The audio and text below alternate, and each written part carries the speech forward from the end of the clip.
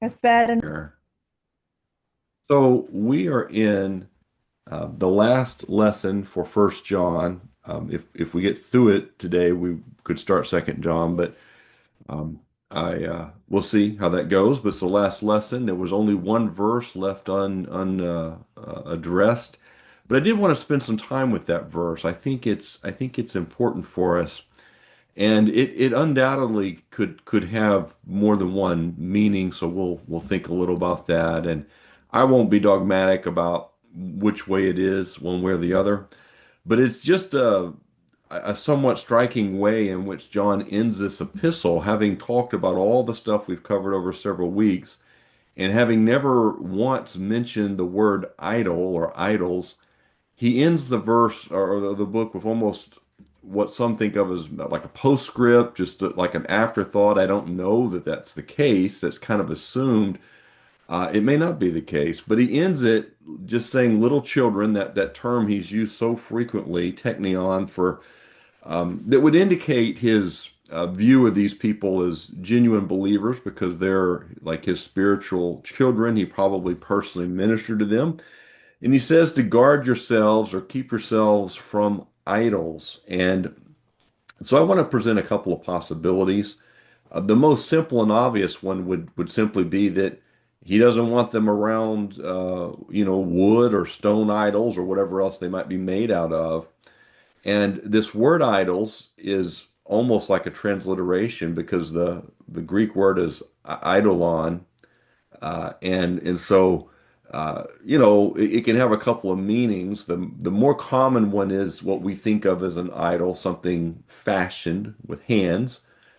And the other one is it can be used to refer to the God it represents. And you in the Old Testament in like the Septuagint, which is the Greek translation, sometimes you'll see this word used when what we're reading in English is something like gods with a little s on it, a little g on it, gods. It is sometimes Elohim gets that way, but sometimes it's this word, and so instead of so much the idea of worshiping the rock or the stone, it's whatever that God represents or whatever that rock or stone represents. So you kind of see both. In our New Testament, it usually is something, it seems, something physical. Now we know, or at least we have an idea that John, we're not told explicitly who he's writing to in this book. It's widely believed that he's writing to some local church or local churches in the area of what we think of as modern day Turkey. So that's where like the church at Ephesus was, and a number of others, and that is possible. And I mention that just to say this: we have very, excellent. What's the word? Preserved is the word, very well preserved ruins in Ephesus, and it's clear to people that have gone there and some of the other ancient ruins, the stuff we have in Corinth, that idols were a part of their life. That was just a common thing, and it was just you see it throughout the ancient world at different times. If just idols was a thing. So that said, it could have been a very perfectly natural thing, just as a postscript to say, "Hey, stay away from that stuff," because it would have been, essentially cultural to have it. People would have idols in their homes, and you could buy them in the market and that sort of thing. Very possible, and so maybe that's just John's simple parting thought. I do find it odd that he didn't say more about it if he thought that was a real concern, given everything else he had to say up to this point. I find it a little odd he didn't say more, and that he's given such assurances about his readers sort of being on the right track. He's not writing a letter to say they've done anything wrong. It's really a warning that there's some folks out there to deceive you, and you need to walk in fellowship. And it's interesting that, with all these assurances, that he would think, well, I wonder if some of these people, have idols in their home or something. but it is certainly possible. I want to explore another possibility to think about, and that's just the idea that this word idols can more or less mean false gods. It's a possible rendering that you see used in the as I said in the Septuagint when they've translated the Old Testament into Greek. And given the heavy emphasis to this point that the deceivers, the Antichrist in this book, were, it wasn't that they didn't have a Jesus in their theology. That's important for us to recognize. They had a Jesus.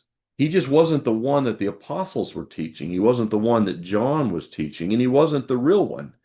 He wasn't the one presented by the New Testament. And so John has gone out of his way from the beginning, the opening of the epistle, and later to emphasize the incarnation, the idea that God really became flesh and dwelt among us, not like a Gnostic idea or pre-Gnostic idea that Jesus was a mere human being and some kind of spirit entered him during his earthly ministry, left him before the crucifixion, so that the person that died on the cross was just a human being named Jesus with no power to save himself or anyone else. That's the Gnostic Jesus, and that's the fake Jesus that's been so much the emphasis of John's warnings. And so I suggest at least the possibility that his warning at the end is really a generic warning against broadly false gods that could encompass the distorted Jesus that he's been talking about. And of course, it could be that John had in mind all of the above. It's rather obvious he would want them to stay away from gods carved of wood or stone. Um, but it seems like the force of the epistle to this point is to stay away from a false rendering of who Jesus Christ is. So I wanted to just think through how, if that's within the realm of John's meaning or the spirit of his meaning, how that is so fitting. It fit the situation that he wrote to because that's what the deceivers were doing. And those deceivers, even if we don't label them Gnostics today, they're all around us. And a lot of those deceivers are going to step up into a pulpit tomorrow in local churches around this country. Americans, I've heard a lot of good sermons about how you can make baseball your idol and all that, and that's fine. The bigger problem we have in this country is that we have an idol named Jesus that isn't the Jesus of the Bible. And it's the big problem in the American church. So I wanted to think through some of that. Let me pause for a moment. I may have already stirred the pot sufficiently. If you have some thoughts or comments before we embark on thinking about America's fake Jesuses, any comment yet or thought?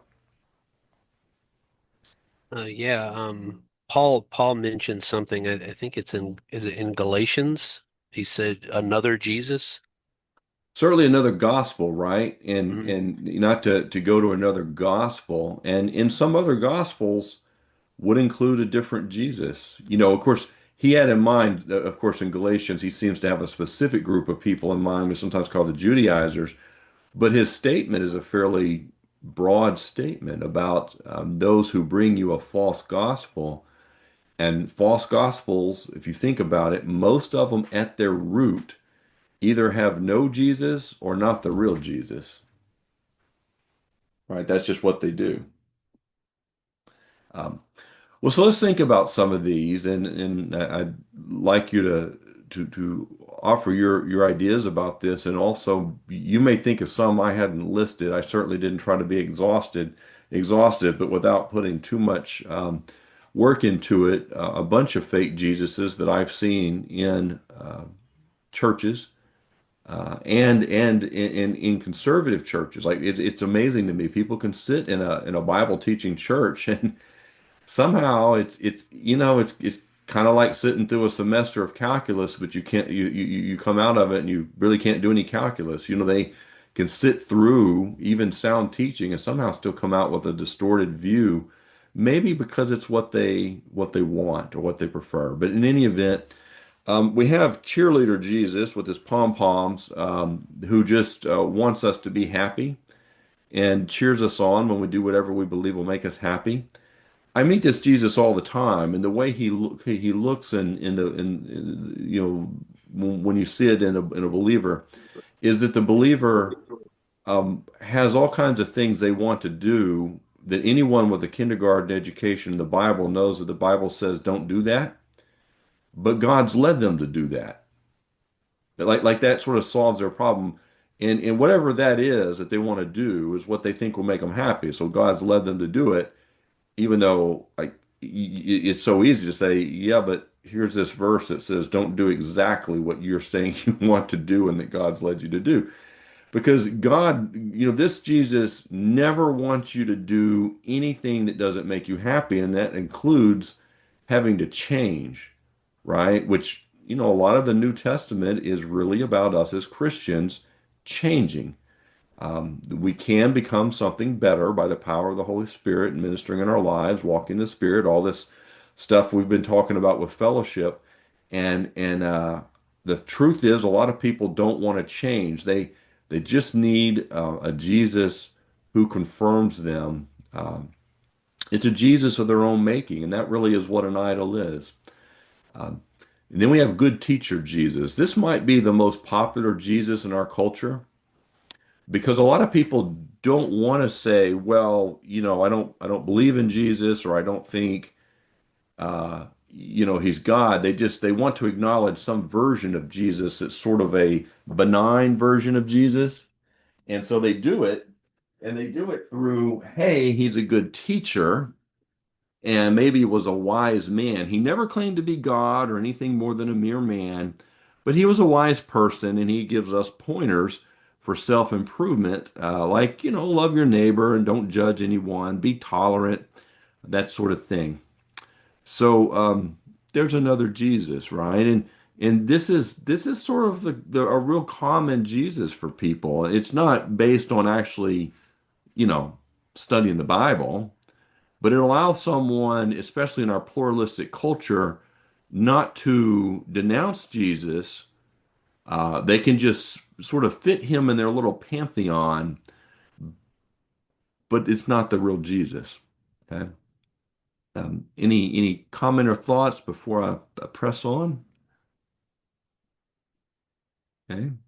Yeah, I think people are distracted by, well, we all are distracted by the difficulties and the challenges that life brings. Yeah. And if you raise anything to be more important or take the place of or not come first, like Jesus is supposed to come first in your life. Hmm. And I can still hear Winnie was playing a video one time, and it was Denzel Washington saying, "Put God first," Hmm. in his way of talking. And that always comes into my head. And if I'm not doing it, I think, well, I better get back on the track. You If you can you can can hear put it, Denzel telling you. I can. That's like those old cartoons where, they would show the little angel or devil on the shoulder of like Tom the cat or something. I think a lot of us probably have that if we admitted it. Sometimes there's like this little voice saying, "You know better than that." That's true. Yeah, Like my mother is in there. yeah. Um, so we have these fake Jesuses, and I think a real popular one is this "Gimme Jesus" or "Give me Jesus," who dispenses good health and riches to those with enough faith that he will in fact give them good health and riches. If you don't have good wealth and riches, then there was some lack of faith on your side. And this has been not historically, this is not a Jesus you find in the history of the churches in general until what I would loosely call modern times. Um, do y'all know? I mean, maybe you can think of an exception, but when did this Jesus pop into existence, and why did he pop into existence? Probably because we're such a this is the most prosperous time in history, I think, Hmm. especially since the end of World War II for Western civilization.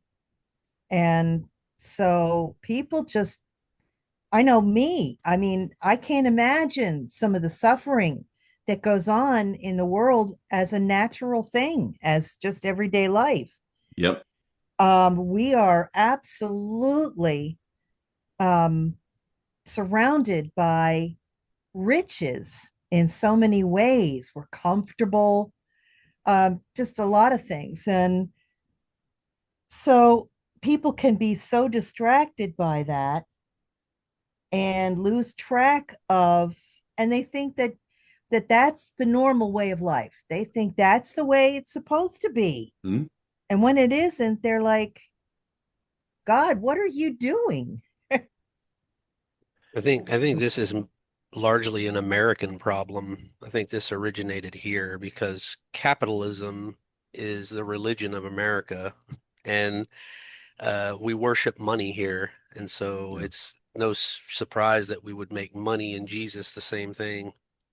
It does seem to have originated here in a lot of ways, although it has spread like wildfire in a lot of other places. And trying to turn a computer. Kitty's trying to get behind my computer here.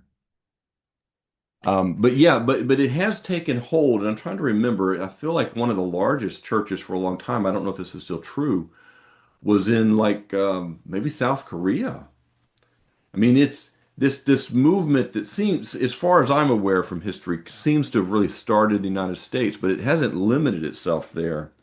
Um, and it's odd. It has been popular in wealthy nations, but even outside of that. So then we have to ask the question, where does it really come from? Like, why did this develop? Or is there any biblical basis? Let's kind of start there.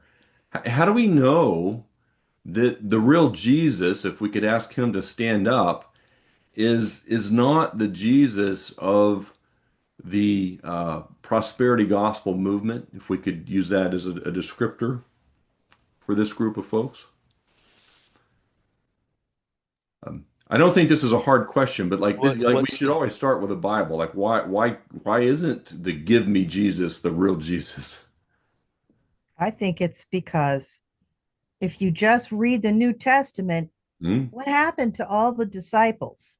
What did they go through? What did Paul go through? What did Jesus go through? Yeah, maybe they And what did lacked he faith. say? Jesus said, I don't come to bring, joy and happiness. I'm paraphrasing, but he said there would be division between people because of him, Yeah, because we believe and somebody else doesn't in our family or something. right. foxes have holes, birds have nests, but the Son of Man hath not where to lay his head. Exactly. Yeah. What about like Susan mentioned, like the apostles? Of course, many of them seem to have died as martyrs. There is that little snag, but um, did the apostle Paul, did he always have wealth? He probably did before he was a Christian. Yeah. He well, he may have. Exactly. We don't know for sure, but we do know that Paul would talk about his ability to be content when he's had plenty and when he's not had plenty. Um, but we see um, a pattern that often the Christians are poor. Remember that Paul would take a collection in Corinth and some other churches Hmm. for the poor in Jerusalem. And it would have been a good place to say, if those people had a little more faith in that Jesus would dispense money to them, they wouldn't be poor, and we wouldn't have to be taking up a collection. I think it just arose that whole prosperity gospel because that's the way the United States is. That's the way life. I'm 70, and when I was first born in 1956, I walked into a post World War II world, and Everything up until Kennedy's assassination was, oh, America, America, America. We're going to go to the moon. We're going to do this. We're going to do that. And it was just the most positive. Going to Expo 67 when I was a kid, and the New York World's Fair in 1964. We Ah, That was what we grew up on. That's what we came to expect. God was something that blessed people who worked hard and did their best. And it really, really isn't, that's not the truth. right. Didn't the Jewish people have this sort of same thinking where if I'm wealthy, it's because God's blessing me, and if you're poor, it's because God is not blessing you? Didn't they have that idea too? They did to some degree. Yeah, you see that, and it was there. It's just it's an interesting phenomenon here in this country. The historians will put the movement back in the late 19th century, so late 1800s. They'll talk about Azusa Street and things like that. And it's not to say that a somewhat charismatic view wasn't out there before then, so I don't want to confuse it with that. But this real prosperity type, nonsense, um, would begin, and it really had roots, frankly, and you can go study this in some, church history sources. It was just created by pagans. Like, I mean, in other words, unsafe people had. Um, some of them had these worldviews that sort of you can call something into being. And I've having had some background in some charismatic churches that were of a prosperity gospel view.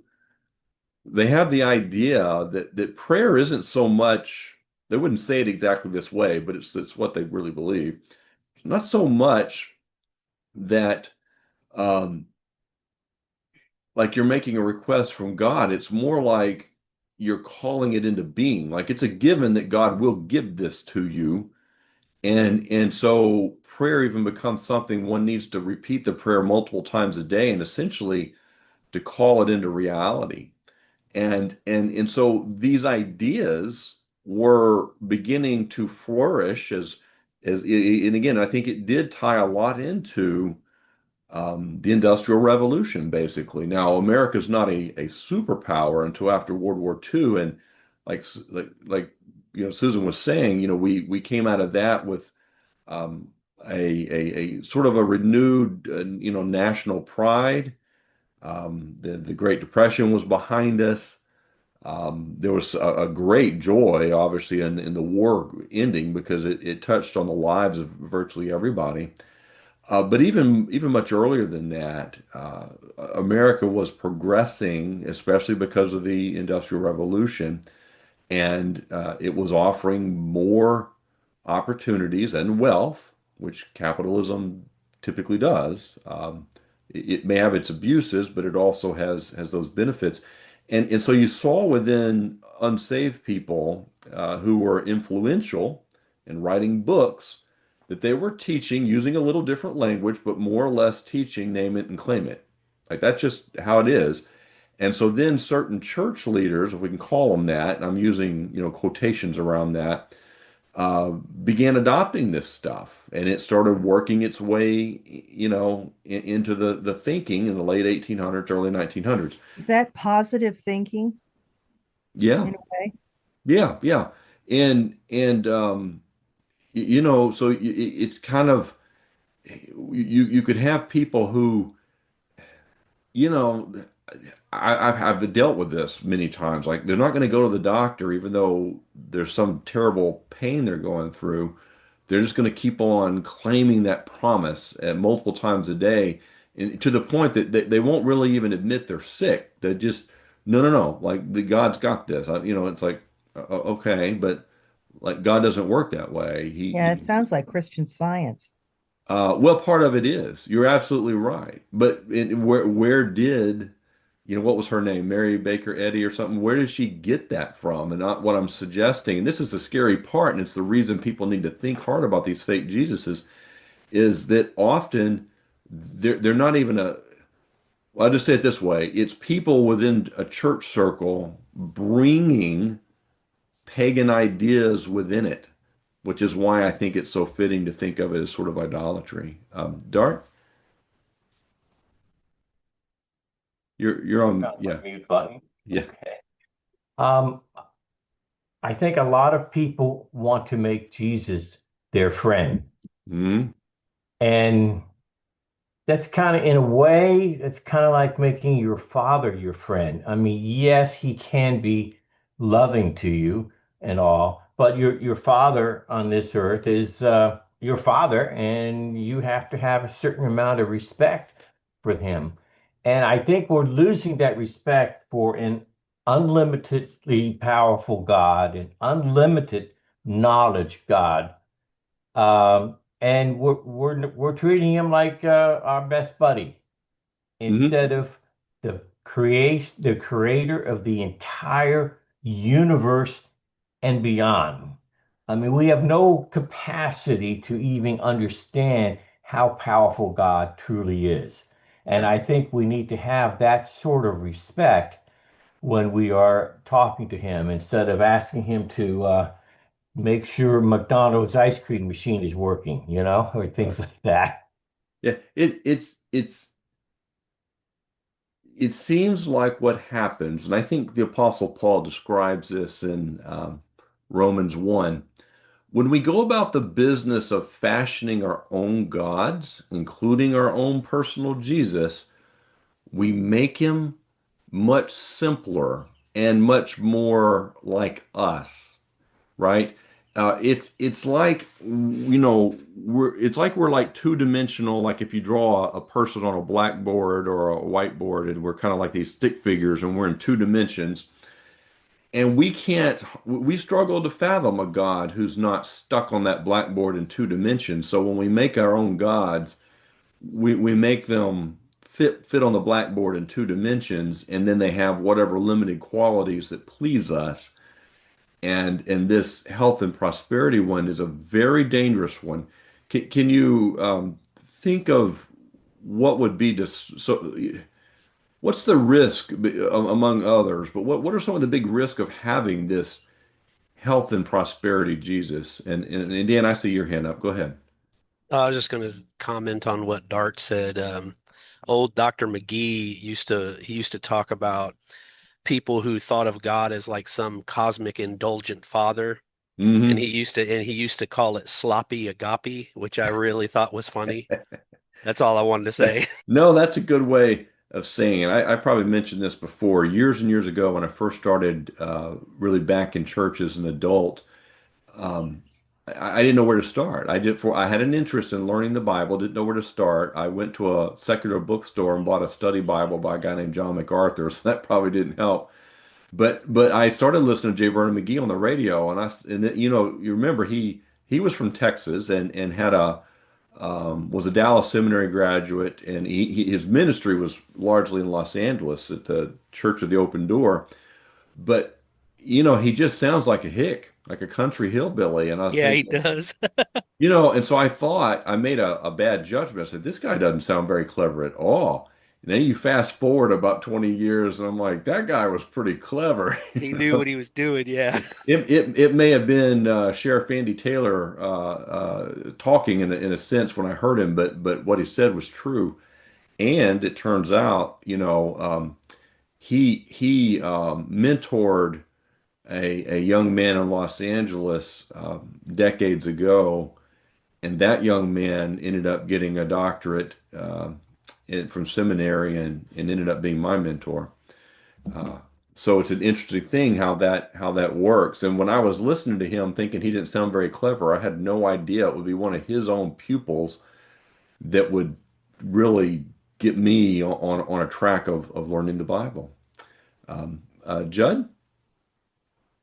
Yeah, the danger is that if you've got that view and you suffer, right? If you have health problems or wealth problems, then you're going to second guess your salvation and your whole spiritual life. And it's it's just not what Scripture says. Another verse says, those who desire to live godly in Christ Jesus will be persecuted, right? If you're really living for the Lord, then you're going to get challenges that are thrown in your way because the Lord is forming you into something Yeah. he can use. And to do that, he's got to kick the crutches out from under you so that you're not relying on anything but him. And that takes a lot of work. And you come out on the other side and you say, wow, this is wonderful because now nothing can stop me. But the whole view that everything's going to be wonderful and you're going to be healthy and you're going to be rich is just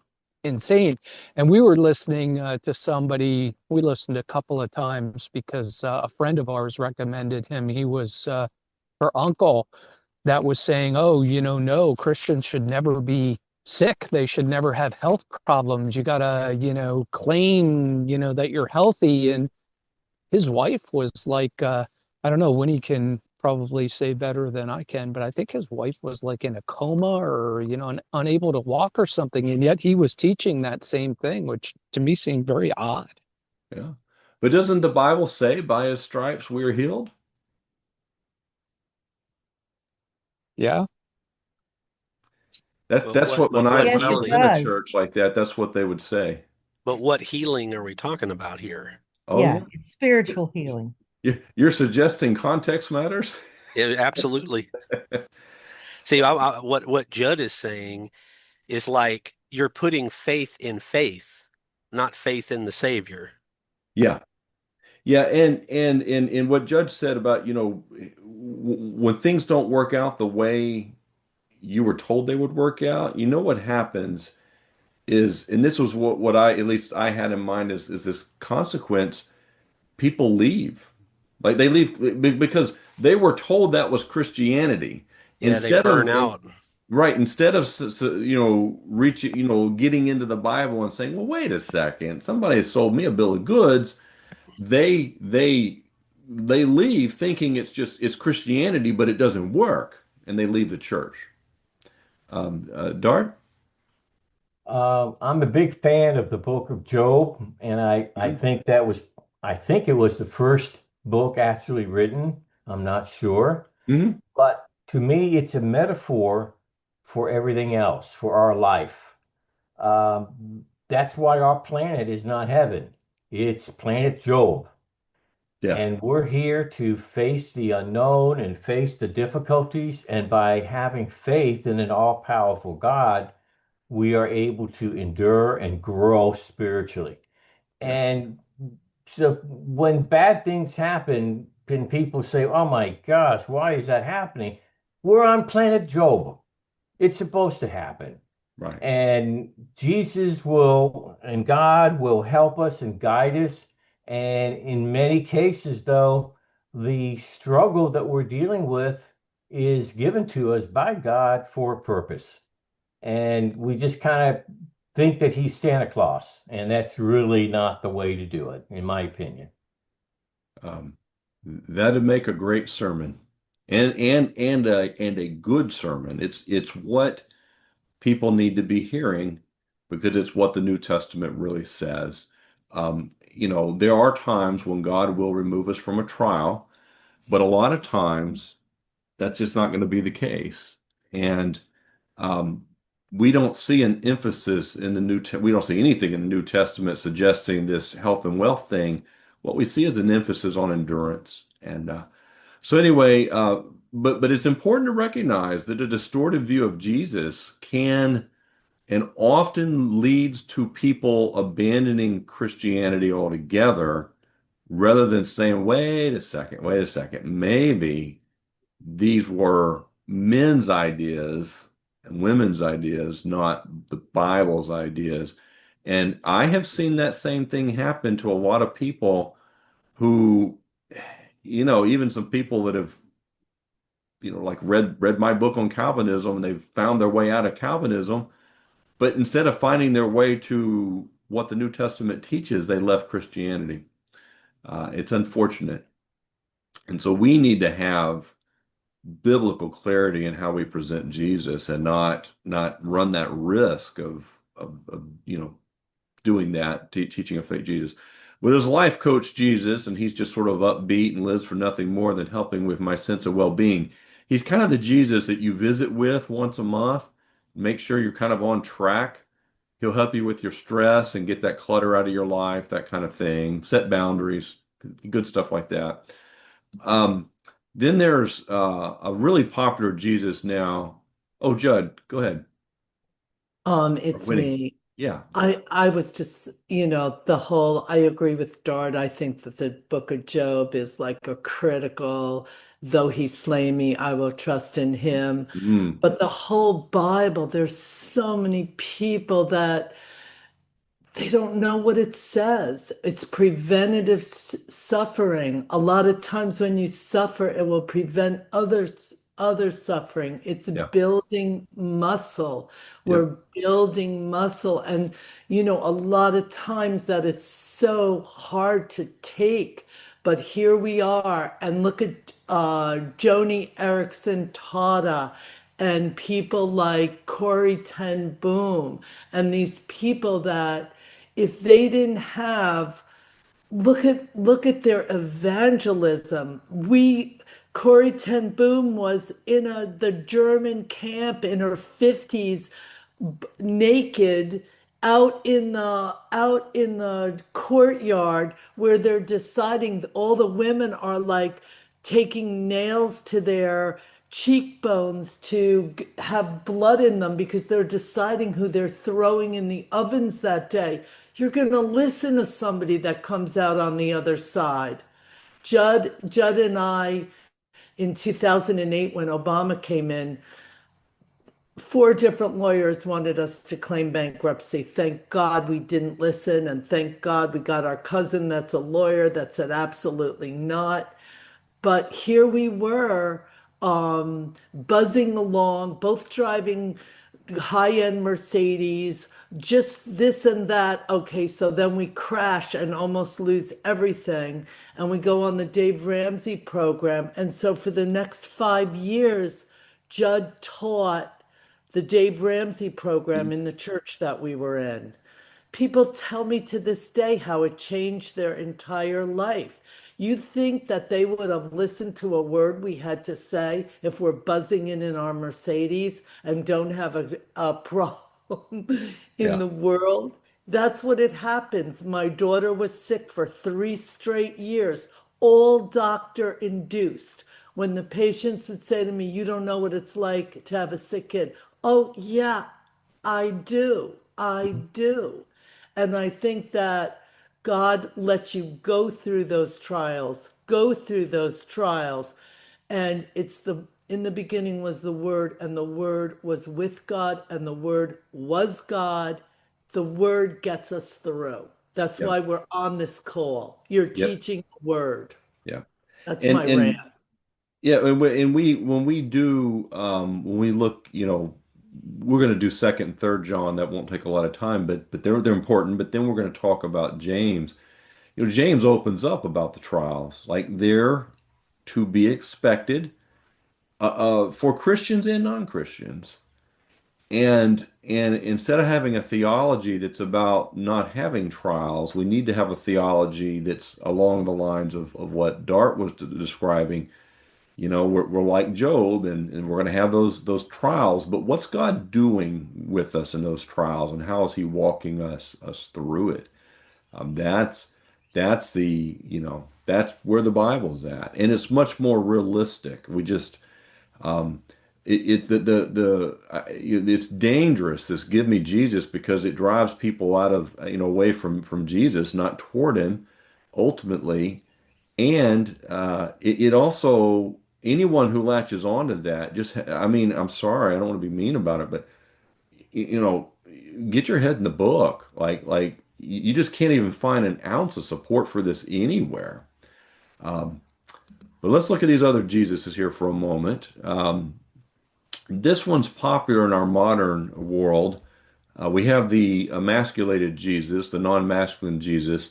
The only Jesus for the modern feminist because he never turns over the tables of the money changers. He's not watching the Super Bowl. Uh, and all those toxic masculine traits have been purged. Our culture for some time now has been in what we one author, Nancy Pearcey, who's excellent. She's a student of Francis Schaeffer. She's got a book called The Toxic War on Masculinity, kind of a play on the phrase toxic masculinity. And to be sure, there are men who are bad men. We don't deny that. There's also women who are bad women. And but you don't hear that really addressed in our modern culture. There really is a woke war on masculinity as being somehow just sort of like evil in itself, and it has been it's found its way into a lot of churches. And what it's done is driven men from those churches. I mean, just to be honest with it, but it's there, and there's very popular female authors writing what we'll say Christian with quotes around it bestsellers that women are gobbling up. Within, women that go to church are gobbling this stuff up, and it's sort of this feminist Jesus. So we just want to be aware, like that's out there. Jesus is very clear. He came to seek and save the lost, but when he comes again, you read Revelation 19, he's cracking heads together. Um, and that's just how it is. There's the pluralist Jesus, which is also popular in our American pantheon of gods. He's tolerant of all beliefs, and no matter how much they contradict the Bible. And this Jesus, much like Oprah Winfrey, uses an elephant illustration and talks about how, there's a big elephant, and each of us is only able to see a little piece of it, except Oprah Winfrey, who can see the whole thing, and so she's able to tell the story. But the rest of us can only see a little piece of the elephant, but really, we're all looking at the same elephant, whether the piece we're looking at is Judaism, the piece we're looking at is Christianity, Islam, Buddhism, Zoroastrianism, you name it. We're ultimately all looking at the same elephant. None of us know it except Oprah Winfrey, right? And some other people that write books. And so all religious beliefs are equally valid, perspectives on the same God, and indeed Jesus is one of numerous gods. And of course, we would think of passages like I mean, John 14 that are quite explicit. No one comes to the Father except by me. But the fact is, the whole tenor of the entire Bible is that salvation is exclusively in Jesus. And I will say, is kind of an obvious observation here.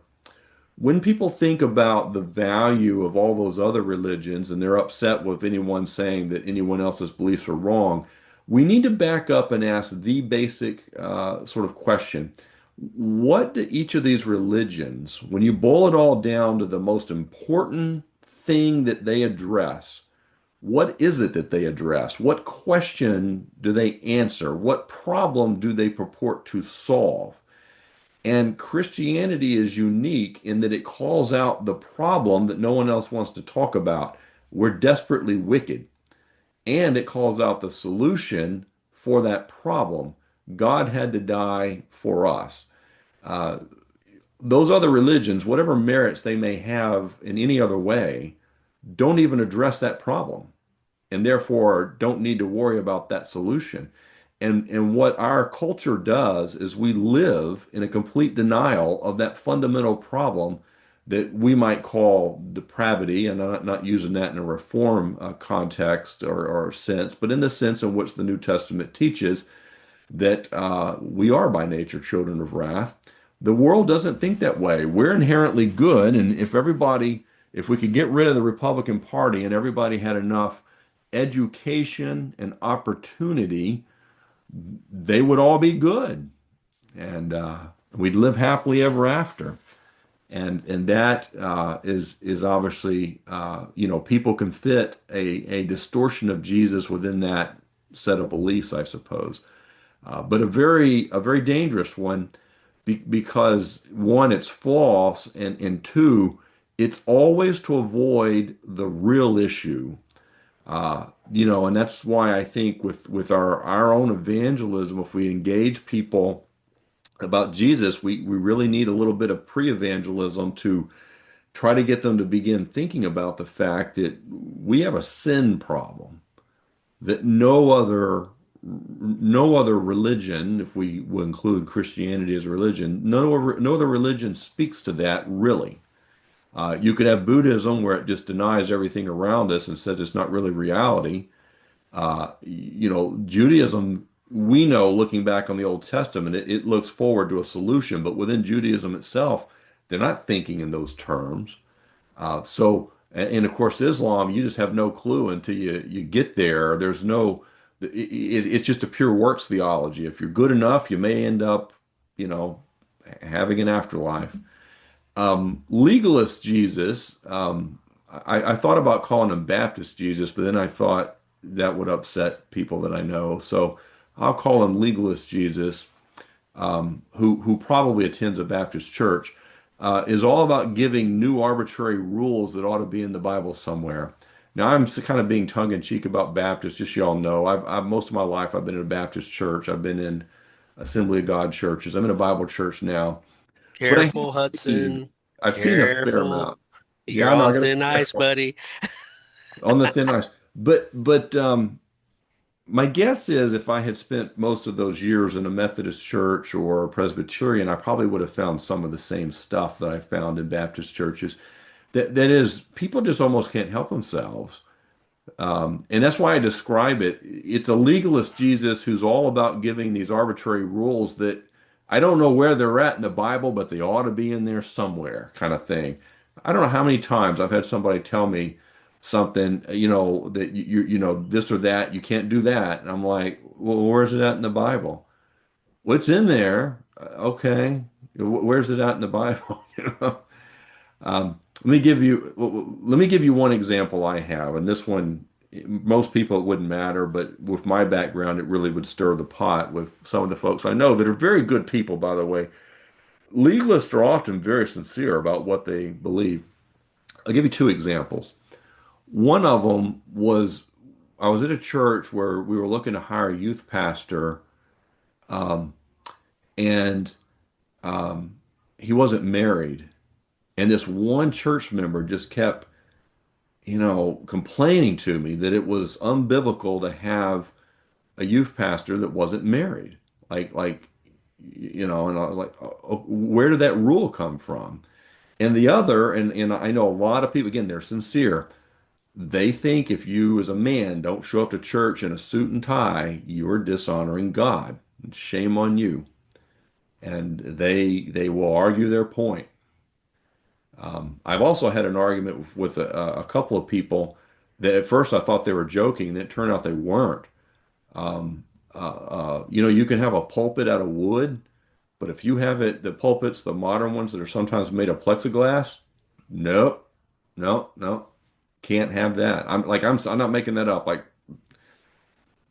have you seen the legalistic Jesus in a Oh church? yeah, I see him all the time.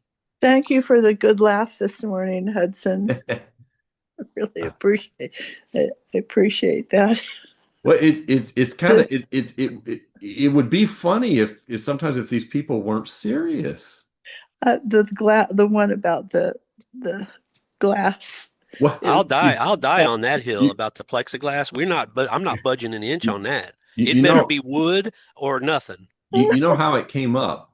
Our church flooded, and I was in charge of doing the rebuild, and I I I despise committees. I'll just be honest. The church had so many committees. There were a number of them. And it was a great church. I'm not ragging the church, but it was funny that we had all these committees, and there was a committee on committees, and I held some positions that were voted on in the church, but nobody could tell me what the position meant or was supposed to do because they had forgotten since the creation. So anyway, when I was going to redo the church, because we really had lots of damage, like it was a major renovation to deal with the flood damage from a hurricane. Um, I I just made all the decisions, but like not all by myself. Like I didn't want to talk to the committees because I said I'll start a civil war if I start letting people decide among themselves what color carpet to get because they're just not going to agree. And that was how the church was constructed on the inside to begin with, and they'd used orange carpet and green pews, which I lovingly always referred to as peas and carrots.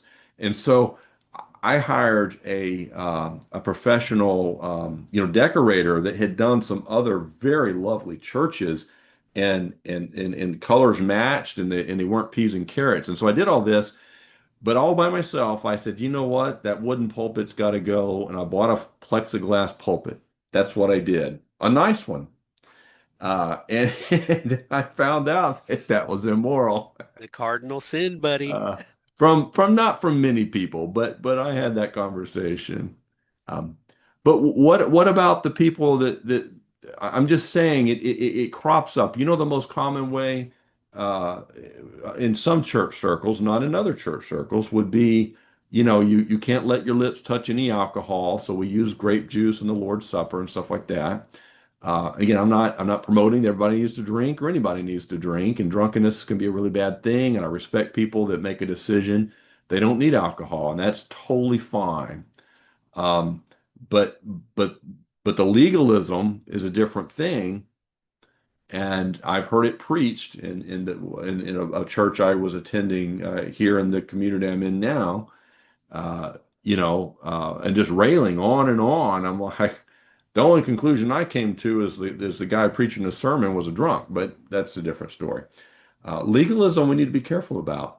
Susan? Yeah, Theme used to say, in every generation, there's a different combination of do's and don'ts. And in his age, it was mixed bathing. And Ah, he yeah. said, so ridiculous. And Winnie can tell you that one church they went to, they pulled her aside and said, "You got to lose the makeup, girl." And Some people need I it. think she said something to them. I don't know. Winnie can tell you. Like, you Yeah. would all look better if you wore it or something like that. But anyway, Well, that's a good answer. I like that. yeah. I've said, but you're right. That is one of those that had go, maybe in a different generation you would hear that about, well, you can't have the makeup. And I'll say there's a private school in the community where I'm at, and when my first grandson was here and I didn't have others to worry about, and I said, I might want to pay if they would do it, pay for him to go to this Christian school to maybe have him in a little better setting growing up. It's hard in the public schools now. And but he had, kind of, I'm talking like a toddler. He's like 3 or 4 years old and his hair shoulder length. They won't allow it. They wouldn't allow him in the school. And I'm like, I'm not playing that, a Christian man has to have really shortcut hair to honor God. No, I'm not playing that game, but it happens. Judd? J. Vernon McGee's comment on women wearing makeup was, if the barn needs painting, paint it. Well, you say that, Yeah. and I'm hearing my mentor say that to me because he was always uh McGee always said this, because he had spent a lot of time under his teaching, and I've heard that one, and I've kind of carried that forward. The way he kind of retranslated it and said sometimes a wall needs a little paint and spackle and paint. Uh, and it's how it is. So we have this legalistic Jesus. We really have to be careful because we can develop practices in church that aren't bad. I want to make this clear. Like when I talk about, wearing a suit and tie, certainly if somebody has a conviction about that, they should do it. And there's certainly nothing at all wrong with a man dressing well. The wrongness would simply be if it's thought of as sort of a moral principle in the church. And the reality is that a lot of the folks that have thought that way can remember a time when in our country it was fairly common to wear a coat and tie in public unless you were doing strenuous labor or something like that. And so it really wasn't so much that people dressed differently for church, they dressed the way they often dressed during the week. When I started as an attorney in 1999, the law firm I was at still made you wear coat and tie 5 days a week. Fairly shortly thereafter, there was like business casual Friday, and now, like in I mean, if you're not going to court, why on earth would you be uncomfortable the whole day dressed in an extra coat and a tie and all that stuff? We just don't do it. It's a cultural change that has nothing to do with morality, or honoring or dishonoring God. And so a lot of men I know, if they don't have a job where once in a while you have to wear a coat and tie, they may not even own one. So the idea is cultural things come up, and then we try to make them Bible things when it's really just an amoral cultural practice that we're welcome to embrace or not embrace, but we don't want to make it a rule. Well, quickly we have New Age Jesus and a related one that I will call New Thought Jesus. New Age Jesus is a spiritualized life force that's sort of within all of us. And we can experience him through meditation and maybe burning incense and even prayer, in a sense, but it's not prayer to some Jesus out there. It's the Christ spark within us, as the New Thought Jesus is called. And there is an author, I'm trying to think of her name real quick, on this New Thought. Let me see if I can find her real quick. Uh, Yeah, Oprah used to talk about the Christ consciousness, which is the same nonsense here. it's exactly the same. You're absolutely right. So, um, Melissa Dougherty has a nice book called Happy Lies.